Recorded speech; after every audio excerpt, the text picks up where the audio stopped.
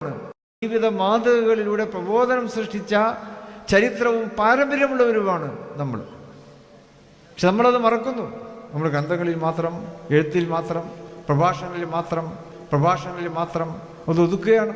Social മീഡിയയിലൊക്കെ പ്രഭാഷണങ്ങളുടെ ഒരു അരങ്ങാണല്ലോ, അരങ്ങ് തകർക്കുകയാണ് പ്രഭാഷണങ്ങളുടെ. പക്ഷേ മാതൃകകളെ നമുക്കുണ്ടാക്കാൻ കഴിയുന്നില്ല. ഞാൻ എന്നെ തന്നെ വിമർശിച്ചുകൊണ്ട് പറയുന്നു. ഇസ്ലാമിക ജീവിത മാതൃകകളായിട്ട് നമുക്കാർക്കും സമൂഹത്തിന് മുമ്പിൽ ഇസ്ലാമിനെ പഠിപ്പിച്ചു കൊടുക്കുവാൻ കഴിയുന്നില്ല എന്നുള്ളതാണ്. പ്രസംഗങ്ങളും പ്രഭാഷണങ്ങളും ഒക്കെ നടക്കുന്നുണ്ട്.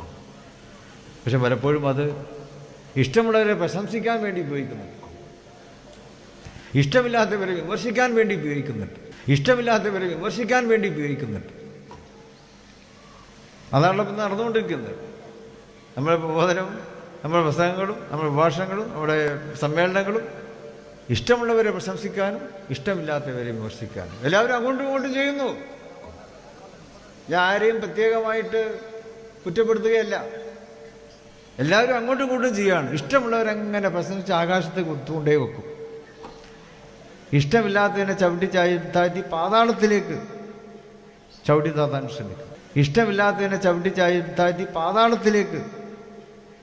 താത്താൻ ശ്രമിക്കും. അതാണ് ഇപ്പം ഇന്ന് സംഭവിച്ചുകൊണ്ടിരിക്കുന്നത്. പ്രബോധനം എന്ന് പറഞ്ഞാൽ അതായി മാറിയിരിക്കുന്നു. ഇതിൽ നമ്മൾ നമ്മളെ തന്നെ തിരുത്തേണ്ടതുണ്ട്.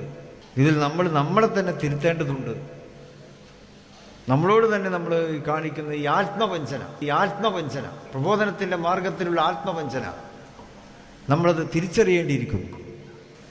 ഇവിടെ ഒരു തിരുത്താൻ നമ്മൾ തയ്യാറാകേണ്ടതുണ്ട്. സോഷ്യൽ മീഡിയയിൽ നമ്മൾ അരങ്ങാടുന്നുണ്ടല്ലോ. ഒരു കാര്യം ഞാൻ നിങ്ങളെല്ലാവരും ഓർമ്മിക്കുവാൻ ശ്രമിക്കുകയാണ്. നമ്മളെല്ലാവരും സോഷ്യൽ ഓഡിറ്റിങ്ങിന് വിധേയമാണ് എന്നുള്ളതാണ്. അത് നമ്മൾ മറന്നു പോകുന്നുണ്ട്.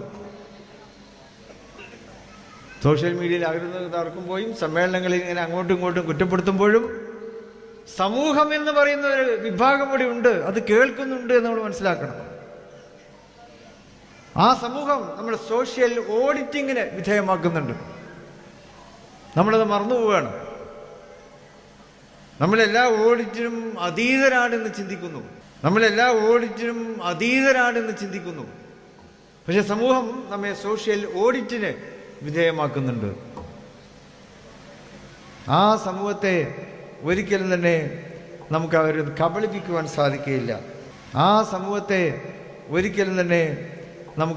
കബളിപ്പിക്കുവാൻ സാധിക്കുകയില്ല. നമ്മളത് തിരിച്ചറിയണം. അത് തിരിച്ചറിയാതെ പോകുമ്പോൾ സമൂഹത്തിന് മുമ്പിൽ അത് അരോചകമായി തോന്നും. നമുക്ക് വിചാരിക്കും എല്ലാവർക്കും നമ്മളിങ്ങനെ അരങ്ങ് തകർക്കുമ്പോൾ എല്ലാവരും അത് ഇഷ്ടപ്പെടുന്നുണ്ട് എന്നുള്ളത്. എന്നാൽ സോഷ്യൽ ഓഡിറ്റിന് വിധേയമാക്കുന്ന സമൂഹം പലപ്പോഴും അവർക്ക് ഇതൊക്കെ അരോചകമായിട്ടാണ് തോന്നുന്നത്.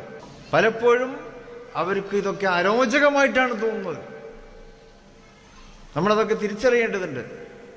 നമ്മുടെ വാക്കും നമ്മുടെ പ്രവൃത്തിയും നമ്മുടെ ഉത്ബോധനങ്ങളും നമ്മുടെ വാദങ്ങളും പ്രതിവാദങ്ങളും ഇതൊക്കെ സമൂഹത്തിന് അരോചകമായി തോന്നുന്നു. വാസ്തവത്തിൽ അങ്ങനെയല്ല വേണ്ടത്. സമൂഹത്തിന് സ്വീകാര്യമാകുന്ന രീതിയിൽ നമ്മുടെ പ്രബോധനം, നമ്മുടെ വാക്കുകൾ, നമ്മുടെ വാദങ്ങൾ, നമ്മുടെ പ്രതിവാദങ്ങൾ സമൂഹത്തിന് സ്വീകാര്യമാകുന്ന രീതിയിൽ നമ്മൾ അവതരിപ്പിക്കണം. അതിന് കാരണം അത് അപ്പോൾ സത്യസന്ധമായിരിക്കണം എന്നുള്ളതാണ്. നമ്മുടെ പ്രവൃത്തികൾ, നമ്മുടെ വാക്കുകൾ, നമ്മുടെ സംഭാഷണങ്ങൾ ഇതൊക്കെ സത്യസന്ധമാകുമ്പോഴാണ് സമൂഹത്തിന് അത് സ്വീകാര്യമാകുന്നത്. സാറേ, സമസ്തയുടെ ഉമർ ഫൈസി മുഖ്യവുമായി ഒരു കൂടിക്കാഴ്ച നടത്തിയിരുന്നു എന്ന് പറഞ്ഞു. അപ്പോൾ ഈ വിവാദങ്ങളെല്ലാം അതിൽ ചർച്ചയായി എന്ന് കൂടി ഫൈസി കോഴിക്കോട് വെച്ച് പറഞ്ഞിരുന്നു. ആര് പറഞ്ഞു? ഉമർ ഫൈസി മുഖ്യം കോഴിക്കോട് അങ്ങനെ ഒരു പ്രതികരണം നടത്തിയിട്ടുണ്ട്. ഞാനറിയില്ല. പിന്നെ കണ്ടിരുന്നു ഉമർ ഫൈസിയായിട്ട് കണ്ട് സലാം പറഞ്ഞു. അസ്സലാമു അലൈക്കും. വലൈക്കും സലാം. ഈ പ്രശ്നം പരിഹരിക്കാൻ കഴിയുന്ന തലത്തിലേക്ക് ഏതെങ്കിലും ഒന്നും എത്തിയിട്ടില്ല. അതുണ്ട്, അത് പരിഹരിക്കുന്നുണ്ട്. അത് ഞങ്ങൾ കൂടിക്കാഴ്ച നടത്തിക്കൊണ്ടിരിക്കുകയാണ്. എന്തെങ്കിലും അത് ഉത്തരവാദപ്പെട്ടവരോട് സംസ്ഥയുടെ നേതാക്കള്, അതുപോലെ തന്നെ കുഞ്ഞാബി സാഹിബ്, ഞങ്ങളെല്ലാവരും കൂടി ആ കാര്യത്തിൽ ചർച്ചകൾ ചെയ്തുകൊണ്ടിരിക്കുന്നുണ്ട്. 2-3 ദിവസത്തിൻ്റെ ഉള്ളിൽ അതിലൊരു തീരുമാനത്തിലെത്തും.